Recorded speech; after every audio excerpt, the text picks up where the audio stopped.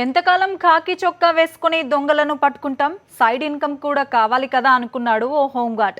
పాత నేరస్తులిద్దరిని చేరదీసి ఓ టీం తయారు చేసుకున్నాడు. రోడ్డు పక్కన పార్క్ చేసిన బైక్స్ ను టార్గెట్ చేసుకున్నాడు. తాళం వేసిన బైక్ కనిపిస్తే చాలు వాటిని తన ఖాతాలో వేసుకోవడం మొదలుపెట్టాడు. అలా ఒకటి కాదు రెండు కాదు, ఏకంగా 30 వాహనాలను హాంఫర్ట్ చేశాడు. కరీంనగర్ జిల్లాకు చెందిన సంపత్ భిక్షపతి రాజు 1996లో హోంగార్డుగా విధుల్లో చేరాడు. గంగా జమున అనే మహిళను వివాహం చేసుకున్నాడు. వీరికి 4 సంతానం.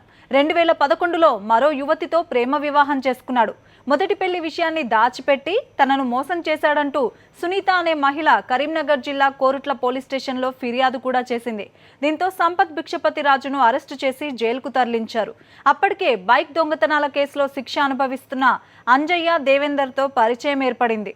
జైలు నుంచి బయటకు వచ్చిన తర్వాత రెండో భార్యతో రాజీ కుదిరించుకొని కేసు విత్డ్రా చేయించుకున్నాడు. హైదరాబాద్లోని రామంతపూర్లో కాపురం పెట్టాడు.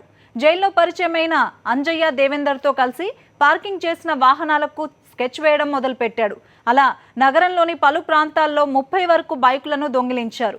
ఓ బైక్ దొంగతనం జరిగిందన్న కేసుపై దర్యాప్తు చేపట్టిన పోలీసులకు భిక్షపతి రాజు పట్టుబట్టాడు. ఆయనతో పాటు మరో 2 పాత నేరస్తులను కూడా పోలీసులు అదుపులోకి తీసుకున్నారు. కొసమెరుపేంటంటే కొట్టేసిన వాహనాలను బయటి వారికి అమ్మితే కేసులు కట్రా అవుతాయని బంధువులు స్నేహితులకు అమ్మేసేవాడు రాజు.